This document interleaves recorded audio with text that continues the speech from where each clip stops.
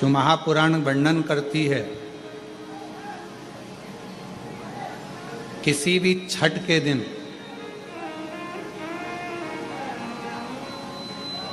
चाहे अंधेरी की छठ हो, चाहे उजाले की छठ हो, किसी भी छठ के दिन अगर षडानंद कार्तिकेय जी महाराज का नाम लेकर 6 बेलपत्र और उस 6 बेलपत्र पर 6 दुर्वा,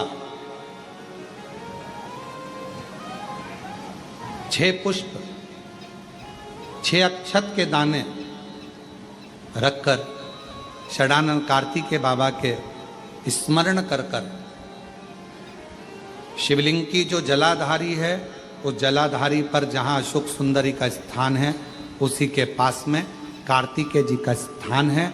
किसी भी छठ पर यदि आप बाबा को वो बेलपत्र, वो दुर्वा, वो पुष्प, वो अक्षत का दाना 6 समर्पित करते हैं, किसी भी छठ के दिन, षष्ठी के दिन स्कंद भगवान का नाम लेकर, स्कंदेश्वर बाबा का नाम लेकर, कार्तिकेय बाबा का नाम लेकर यदि समर्पित करते हैं तो जिंदगी में कितना भी कर्जा हो, वो कर्जा 3 महीने के अंदर समाप्त होता ही है।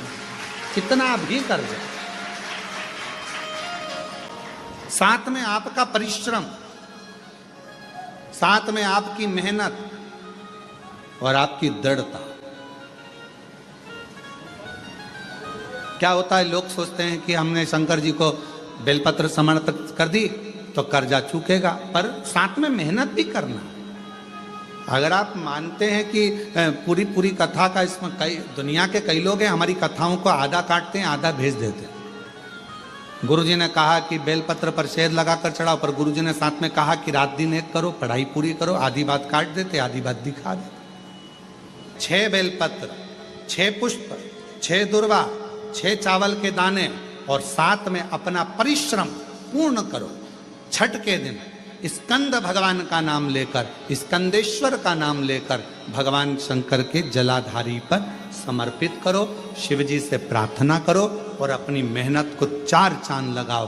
कर्जा चूकेगा जरूर, समाप्त जरूर।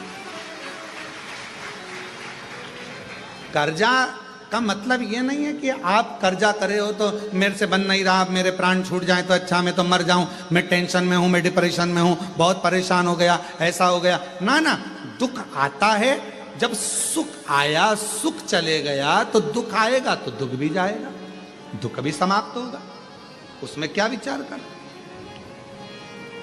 ऐसा तो नहीं है कि दुख समाप्त नहीं होगा, दुख नहीं जाएगा। सुख आया है, जब हमारे अच्छे दिन अगर समाप्त हुए हैं तो दुख भी समाप्त जरूर होगा, फिर वापस सुख आएगा। थोड़ा हिम्मत, थोड़ा धैर्य, थोड़ा हृदय पर भाव एकाग्रित करो कि नहीं नहीं, मेरा शंभु, मेरा शंकर, मेरा त्रिकालदर्शी, मेरा कैलाशी, मेरा अविनाशी, मेरा शिव मेरा दुख काट। इतना नियम स्कंद षष्ठी का, इतना क्रम शिव महापुराण के अंतर्गत कि स्कंद भगवान के अगर केवल स्कंद पुराण को भी कोई जीव श्रवण कर लेता है तो मृत्यु, जीते जी भी उसके लिए मार्ग प्रशस्त होकर एक बार वो भगवान का दर्शन भले वो किसी रूप में करे, पर मरने से पहले उसको ऐसा महसूस होता है कि मैं बैकुंठ का दर्शन कर कर आया हूं। ये उसको भान होता है स्कंद पुराण को मात्र श्रवण कर लेने से। आज स्कंद षष्ठी है, तो आज के ही दिन, स्कंद षष्ठी के ही दिन एक बेलपत्र, एक दुर्वा, एक श्वेत पुष्प, सफेद फूल, स्कंद भगवान का जो स्थान है, स्कंद भगवान का जो स्थान है, उस स्थान पर एक बेलपत्र, एक दुर्वा, एक श्वेत पुष्प चढ़ाकर जल की धार को स्कंद बाबा पे समर्पित करते हुए शिवलिंग पर अगर समर्पित किया जाता है तो कितना भी, चाहे परिवार में विवाद चल रहा हो, चाहे परिवार में विवाद चल रहा हो, चाहे रिश्तेदारों में विवाद चल रहा हो, चाहे आपस में विवाद चल रहा हो, स्कंद षष्ठी के दिन अगर जल स्कंद भगवान का नाम लेकर समर्पित किया जाता है आज के दिन, तो परिवार में वापिस प्रेम बढ़ जाता है और परिवार टूटने से बच जाता है। तुम चाहे नई दुकान खोलो, फैक्ट्री बनाओ, प्रॉपर्टी खरीदो। तुम्हारा मन जो बार बार विचलित हो रहा था, कैसा भी मन हो, उस कार्य में तुम्हें सफलता मिलेगी जरूर, वो कार्य अटकेगा। कोई जमीन भी लिए, प्रॉपर्टी लिए, उस प्रॉपर्टी पे बिल्डिंग बनाना है, कॉलोनी काटना है, बिकेगी नहीं बिकेगी, काम होगा कि नहीं होगा, मैं ये गाड़ी खरीदूंगा, चलेगी नहीं चलेगी, मैंने ये नया काम लिया है, चलेगा नहीं चलेगा, मतलब दो मन जहां चल रहा है, जहां तुम्हारे दो मन हो रहे हैं, उस मन को एक जगह पर षडानंद कार्तिकेय जी के पास ले जाकर छोड़ दे। षडानंद कार्तिकेय जी उसको संभाल, उस मन को षडानंद कार्तिकेय जी के पास ले जाकर छोड़ो, फिर कार्तिकेय बाबा उसको संभाल। 6 मुख वाले, 6 मुख में षडानंद कार्तिकेय जी। बहुत ध्यान देना इस कथा पर। शिव के मंदिर में कभी भी जाओ, तुम्हारा बेटा कोई नीट का एग्जाम दे रहा है, कोई कंपटीशन एग्जाम दे रहा है, तुम्हारी बेटी कोई परीक्षा दे रही है, तुम्हारा बच्चा, बेटा बेटी, पति पत्नी, कोई भी कोई एग्जाम में बैठने का प्रयास कर रहा है, पहले तो उससे कहो कि अपनी मेहनत 4 गुना कर, खूब पढ़, परिश्रम 4 गुना कर। और मान लो 5-6 बार दे चुका, 2-4 साल हो गए, 5 साल हो गए, तो फिर उससे कहो शंकर के मंदिर में 7 दुर्वा लेकर जाओ। कितनी दुर्वा? यहां क्या बोलते हैं झारखंड में? दुर्वा कि दूब बोलते हैं? दुर्वा। 7 दुर्वा शिव के मंदिर में लेकर,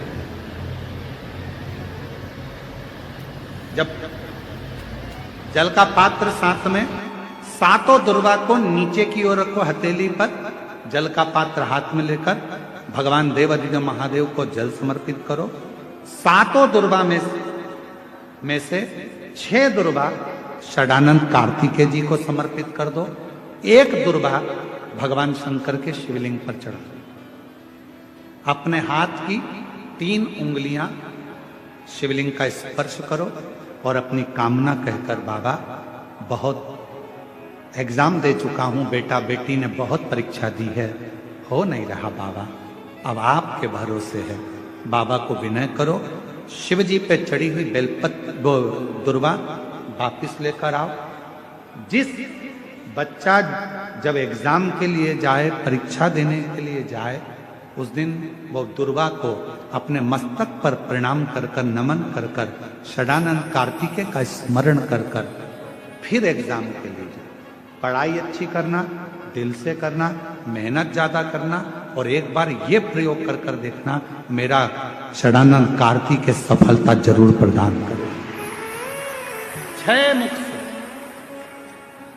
षडानंद कार्तिकेय जी का जो वर्णन हमारे शिव महापुराण में किया गया है, स्कंद पुराण में किया गया है, षडानंद कार्तिकेय जी फल शीघ्र प्रदान करते हैं,